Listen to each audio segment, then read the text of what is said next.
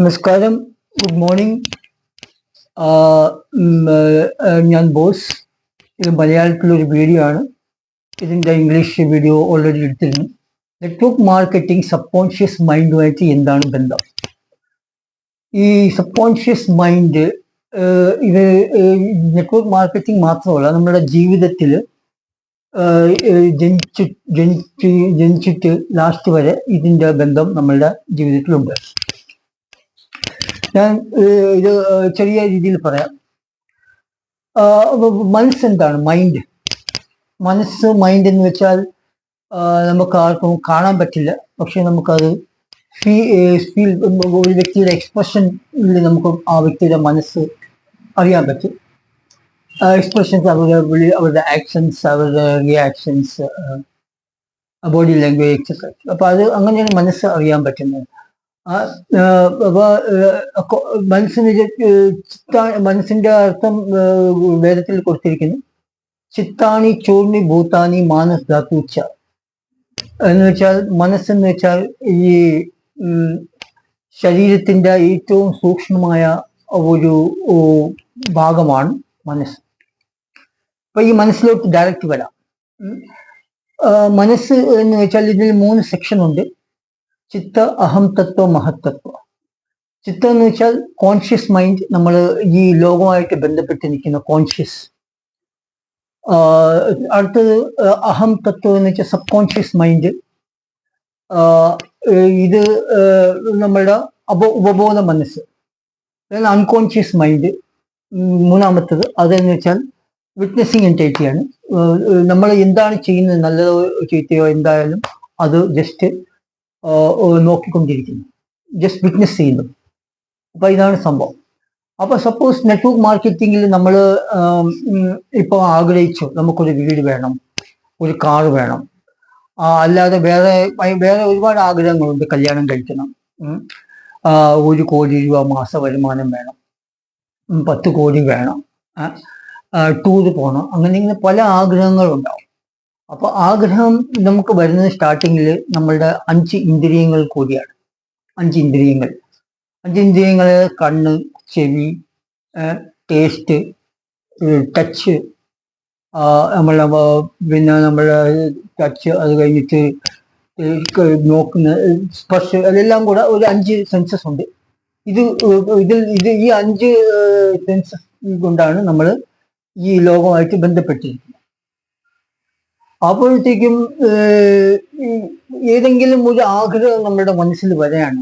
നമ്മൾ ഏതെങ്കിലും ഒരു നല്ല സാധനം കാണുന്നു, അല്ലെങ്കിൽ ഒരു വീട്, അല്ലെങ്കിൽ മലയാളികളുടെ സ്വപ്നം കൂടുതലും വീടാണല്ലോ.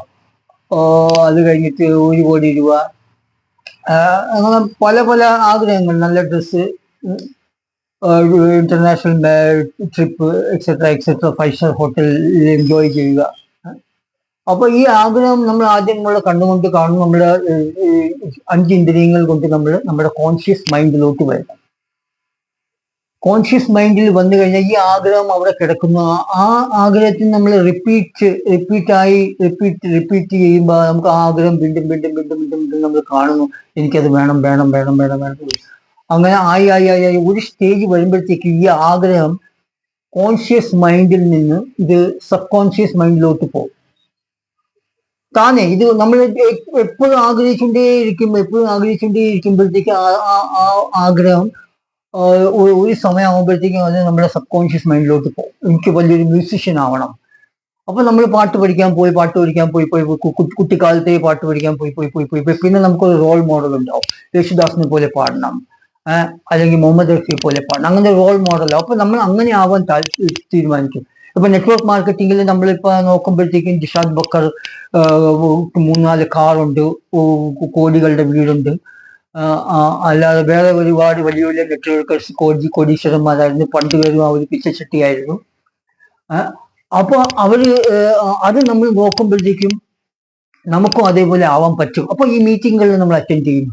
ഓരോ മീറ്റിങ്ങുകളിലും പോകുമ്പോഴത്തേക്കും നമ്മളുടെ ആ ആഗ്രഹം നമ്മുടെ സബ് കോൺഷ്യസ് മൈൻഡിലോട്ട് പതുക്കെ പോകും.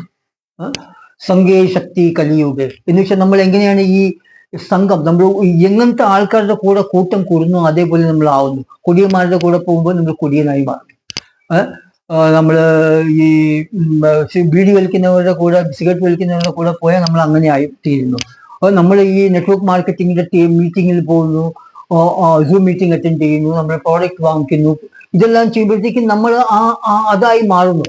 നമ്മൾ ആ ഒരു റേഞ്ചിൽ അപ്പൊ ഈ ആഗ്രഹം സ്റ്റാർട്ടിങ്ങിൽ നമുക്ക് ഒരു കാർ നമ്മുടെ കോൺഷ്യസ് മൈൻഡിൽ വന്ന് ഇതൊക്കെ നടക്കുമോ ഇല്ലേ എന്നൊക്കെ. പക്ഷെ മീറ്റിങ്ങുകളിൽ പോയി നമ്മൾ ഇങ്ങനെ നിരന്തരമായി ചിന്തിക്കുമ്പോഴത്തേക്കും നമുക്ക് ആ വഴികൾ തുറന്നു വരും. നമുക്ക് പിന്നെ നമ്മുടെ മനസ്സ് പറയും, ഓ ഇത് നടക്കും, മാസം ഒരു 1 ലക്ഷം രൂപ 2 ലക്ഷം രൂപ വരുമാനം എനിക്ക് കിട്ടും, അത് നടക്കും, ഉറപ്പാണ്. അത്ര ഒരു ഫെയ്ത്ത്, ഒരു വിശ്വാസം നമ്മൾ വന്നു കഴിഞ്ഞാൽ അപ്പൊ അത് ആ ആഗ്രഹം ഡയറക്റ്റ് സബ് കോൺഷ്യസ് മൈൻഡിലോട്ട് പോകും.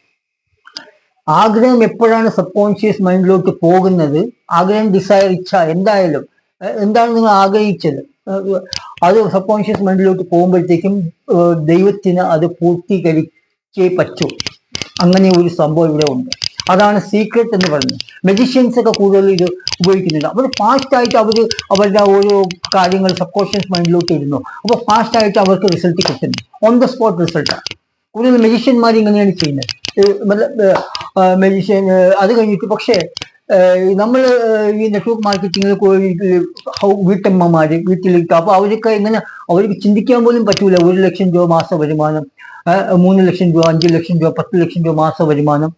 അങ്ങനെ നമുക്ക് കിട്ടുമോ ഇല്ലെന്ന് ചിന്തിക്കാൻ പോലും അവർക്ക് കഴിയുന്നില്ല. പക്ഷെ മീറ്റിങ്ങുകളിൽ വരുന്നു, അവിടെ മറ്റേ ഗ്രൂപ്പ് വേറെ ആൾക്കാരെ കാണുന്നു, പോസിറ്റീവ് വൈബ്രേഷൻ.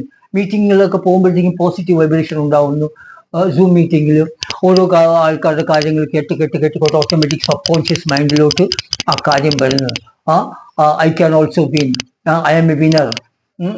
അത് കഴിഞ്ഞിട്ട് അത് പതുക്കെ 1 ലക്ഷം 2 ലക്ഷം 3 ലക്ഷം 10 ലക്ഷം എല്ലാം നമ്മുടെ മനസ്സിലോട്ട് വരുമ്പോൾ, സബ് കോൺഷ്യസിലോട്ട് വരുമ്പോൾ അപ്പോൾ അത് ഓട്ടോമാറ്റിക് നമുക്ക് അത് ദൈവത്തിന് അത് പൂർത്തീകരിച്ചേ പറ്റും. അപ്പൊ ഇതൊരു ചെറിയ വീഡിയോ ആണ്.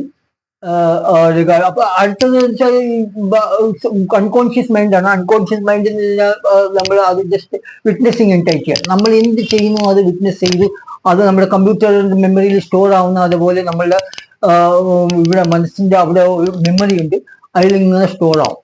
അപ്പൊ ആഗ്രഹങ്ങൾ, എത്ര ആഗ്രഹങ്ങൾ വന്നു അതെല്ലാം അവിടെ സ്റ്റോറായി. പക്ഷെ ഏതൊക്കെ ആഗ്രഹങ്ങൾ പ്രാക്ടിക്കലി നമുക്ക് ചെയ്യാൻ പറ്റും അത് ഈ ജന്മത്തിൽ ചെയ്യും. ആഗ്രഹങ്ങൾ ബാക്കി വരുമ്പോഴത്തേക്കും അത് അടുത്ത ജന്മത്തിലോട്ട് പോകും. അപ്പൊ പുനരപ്പി ജനനം പുനരപ്പി മരണം, വീണ്ടും ജനിക്കുന്നു, വീണ്ടും മരിക്കുന്നു. ആഗ്രഹങ്ങൾ ഒരിക്കലും തീരുന്നില്ല. ഒരു ലോഡ് ആഗ്രഹങ്ങൾ നമുക്ക് ഈ ജന്മത്തിൽ തന്നെ ഉണ്ട്. നമ്മൾ കൂട്ടുന്നു.